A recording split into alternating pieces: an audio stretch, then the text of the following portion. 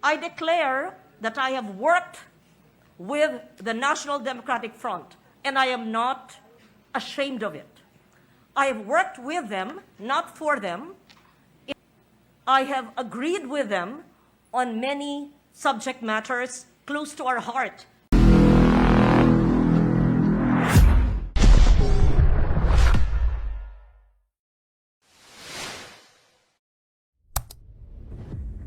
Hi guys, this is GTA. Welcome back to my channel. And kaalis nga lang ng ating President Bongbong Marcos para sa kanyang state visit sa mga bansa dito sa Southeast Asia. And pumutok itong issue ngayon tungkol kay Senator Loren Legarda, no? So ano ba itong pinag-uusapan ngayon? Na lumabas itong, ayon nga, nung binigyan si Senator Loren Legarda ng privilege speech sa Senado, ay lumabas ang kanyang saloobin tungkol sa mga terrorist groups na mga leftists. So, panoorin natin saglit yung kanyang clip ng kanyang statement. I simply want to state, Mr. President, that believing in an ideology which may be different from the majority, in layman's terms, believing in policies and philosophies which may be left of center, so to speak, does not make anyone subversive. Mataas ang tingin ko kay Senator Loren Legarda. So, palagi siyang number 1 sa election kahit doon pa man. Champion siya ng environmental causes at iba pang mga pamaraan na ma-alleviate ang situation ng ating kababayan. But hindi natin pwedeng suportahan yung kanyang position sa mga leftist rebels na tinagna ng ating government na mga terrorist groups, no? So, una, mali si Senator Loren Legarda sa mga aim ng mga terrorist groups na ito. Kasi binabanggit niya na gusto lang daw sila ng social justice. Okay. Dahil yan ang sabi niya sa makita niyo sa kanyang speech. I have pushed for the resumption of peace talks. We know that the comprehensive agreement on socio-economic reforms is on the agenda. But social justice lang ba ang gusto ng mga NPA or mga terrorist groups? I don't think so. Social justice lang ang gusto nila. Because ang kanilang ideology is gusto nilang palitan ang democratically na na-elect na mga government officials, or eventually they want to take over the government kung ito man ay idadaan nila sa dahas, no? So hindi lang sila interested dyan. Gusto pa nga nilang kung maaari lang buong mga mamayan ng Pilipino gawin nilang mga komunista. This was a legacy of former President Ramos, and I hope that the peace talks can be revived, can ensue, so that the common goal of leaders of our country, whether we are elected in the Senate or even working with a grassroots organization deemed subversive or left by government but not really proven, can work together. No? So, another thing is hindi lang interesado sa katahimikan itong mga rebels na ito. Mayroon pa silang ibang pakay, no? In fact, noong panahon ni President Duterte, marami siyang ginawa na mga upang ma-accommodate ang mga rebels, no? Sa kanyang gabinete, nag-compromise siya at nagkaroon siya ng mga peace talks sa Communist Party of the Philippines, NDF, under military wing na tinatawag na New People's Army. Towards more equity, peace, and authentic, real reforms in the countryside. I will never judge, Chair Popoy de Vera, just as I will never judge his sister. I do not know the issue, not know her personally. Ito pa sa medyo red flag sa sinasabi ni Senator Legarda na yung pag-harbor ng leftist ideologies ay hindi nagiging subversive ang isang tao. Kung magkaroon daw tayo na pag-iisip na ideolohiya ng mga komunista, ay hindi daw tayo subversive. So ano bang ibig sabihin ng subversive? It is an attempt to overthrow the government or political organizations from within. So yan ang subversive. All I can say is that having celebrated National Heroes Day yesterday, there are many heroes in our midst whom we see and who we do not see or know. Even heroes who may be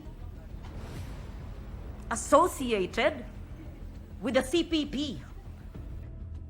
So kung meron tayong pag-iisip na ideolohiya kagaya ng mga komunista, hindi daw tayo subversive. So saan ba nagsisimula yung aksyon ng isang tao, di ba, dito sa pag-iisip?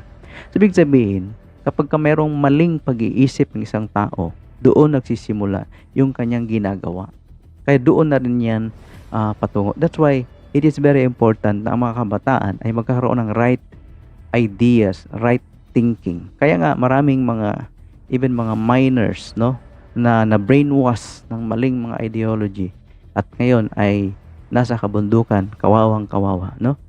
I declare that I have worked with the National Democratic Front and I am not ashamed of it. I have worked with them, not for them, in my role as a journalist, along with then Minority Leader Aquilino Pimentel. As a young senator, I have worked for the release of captives, both in the police and the military establishment, from the mountains of Davao to the jungles and mountains of Sorsogon in Bicol and in Lianga, Surigao Sur. Of course, we are free to express our thinking. Pero kung gagamit tayo ng lakas or puwersa, no, upang i-subvert or i-usurp ba natin yung kapangyarihan ng government, malaking problema po yun. At yun na nga ang ginagawa ng mga NPA sa atin. At ngayon, ito ang kinakatigan ngayon ni Senator Loren Legarda. I have agreed with them on many subject matters close to our heart, and I'm certain that our brilliant lawyer from Cavite will agree that all the elements, the four aspects of CASER must be pushed. Having said that, Mr. President, I would like the anti-terror law to be reviewed. Bago pa man, in fact, noong Anti-Terrorism Act noong 2020, no?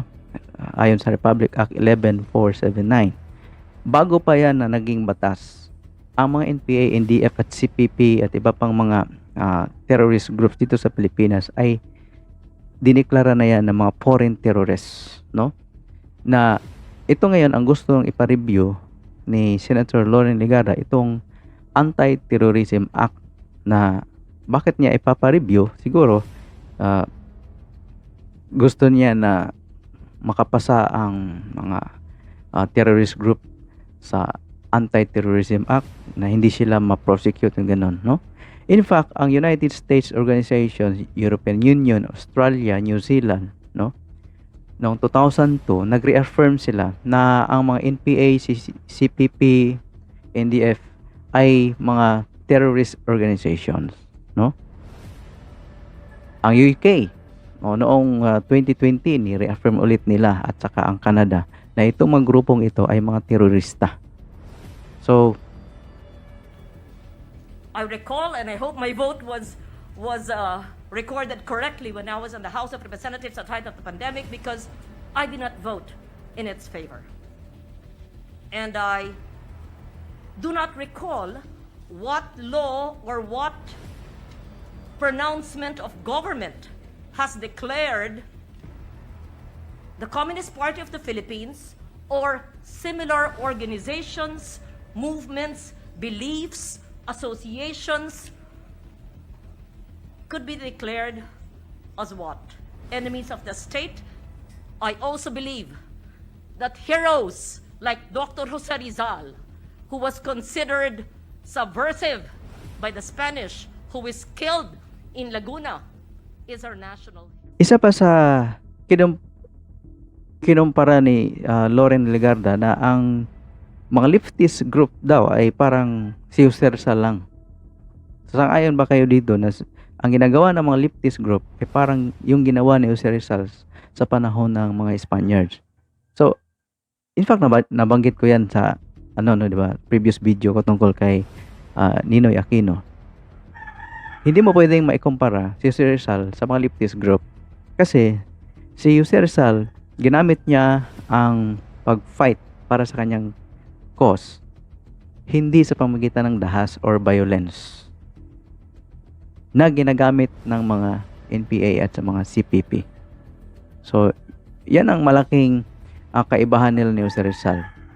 So, ang mga NPA ay nagkukondak ng mga raids, mga para makakuha lang simpatya ng mga tao, nag-brainwash. Kung hindi ka nagbigay sa kanila ng revolutionary tax ay anong tawag nito? Nananakot. Yan ba ang ginawa ni Jose Rizal? Hindi ganyan ang ginawa ni Jose Rizal, no? Ang pahayag ni Senator Legarda ay insensitive dahil sa nangyari paggunita, no, sa anniversary ng Plaza Miranda bombing na pumatay ng 9 na tao at nakasugat ng marami, no? Noong 1971, inordered ni Joe Masison ang Terrorist Act na siya ang founder ng CPP, no? Ayon doon sa rebelusyon ni Victor Corpus na naging military officer at sumapi sa mga rebels at naging NPA commander at bumalik ulit sa gobyerno. So, matagal ng problema sa ating bansa itong mga leftist rebels na nag-atake, no? For many years na. Just in 2021, isang college student, si Kit Absalom at kanyang uncle ay mga bagong biktima ng karahasan ng mga NPA. Dapat sana ito ang pagbigyan ni Senator ng pansin na bigyan ng hustisya ang Absalom family, no? Hindi imbes na i-prosecute ang mga may sala ng mga leftist rebels na ito, hindi dapat niya kinakatigan, no? In fact, nagsalita na ang mga indigenous groups sa Mindanao, mga tribo, no, na nag-disown kay Senator Loren Legarda. So, panoorin natin ang mga clips ng mga sinasabi nila. Importante na laman namin na si Senador Loren Legarda pala yung andyan sa Senado, yun pala yung representative ngayon ni Joe Masison dito sa Pilipinas. So kung mayroon mang pag-usapan na ganito ganyan, in behalf of the Katutubo, the whole Mindanao, sabihin ko, wala nang mangyari. Talagang underground talaga sa Communist Party of the Philippines, si Senador Legarda. Ano yan, investiture yan si Senador Legarda ng Katutubo, buong Mindanao. Nagpapasalamat sa kanya kasi siya yung nagsuot ng attire ng mga tribo. Mataas ang expectation natin kay Senador Loren Legarda kasi siya yung palagi nagsusuot ng attire ng Katutubo, pero yun pala. So siya ngayon yung nag-prepare through Senate para mag-prepare to continuous sa activity ng CPP-NPA within the Philippines. Na naging kalaban ng Katutubo ang CPP-NPA. Number 1, nagbigay ng paghihirap within 50 years. Ang CPP-NPA, almost 1,000 legitimate tribal leader pinatay ng CPP-NPA. Almost 1,000 na mga kabataan, kahit kababaihan, biktima sa ginagawa ng CPP-NPA. Na ngayon, andyan makita ninyo, pahiyong pa si Senador Legarda. Ano ngayon ang mangyari sa amin? Hindi niya naisip na within 100 and within 1,000 legitimate tribal leaders ang biktima at pinatay ng CPP-NPA. Until now, hindi nakialam si Senador Loren Legarda sa justice ng tribong pinapatay. Until now, walang justice yan eh. Tapos yun pa yung statement niya. Para sa akin, as isang chairman ng MIPSIL sa buong Pilipinas, talaga negative at saka magbuo kami ng resolution di whole Mindanao to question kay Senador Legarda. Kilalanin namin ngayon, hindi namin kaibigan si Senador Legarda dahil doon sa privileged space niya doon sa Senado. So, anyway, we have our own opinion. We are entitled to our own opinion. But bilang senador ng Republika ng Pilipinas, dapat makita natin yung real intent ng mga armed group na ito na nagdi-disregard ng rule of law. No, dapat tingnan natin yung real motives nila. No, wala tayong magandang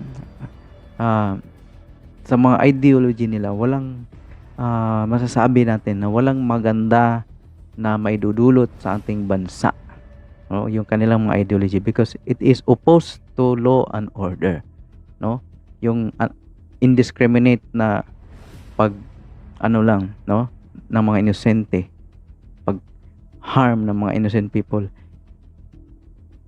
Hindi yun ayon sa ating moral ethics ng ganun. Kaya nga itong mga groups na ito ay dapat ito itag as mga terrorist groups dahil malaking banta ito sa ating seguridad as a free nation.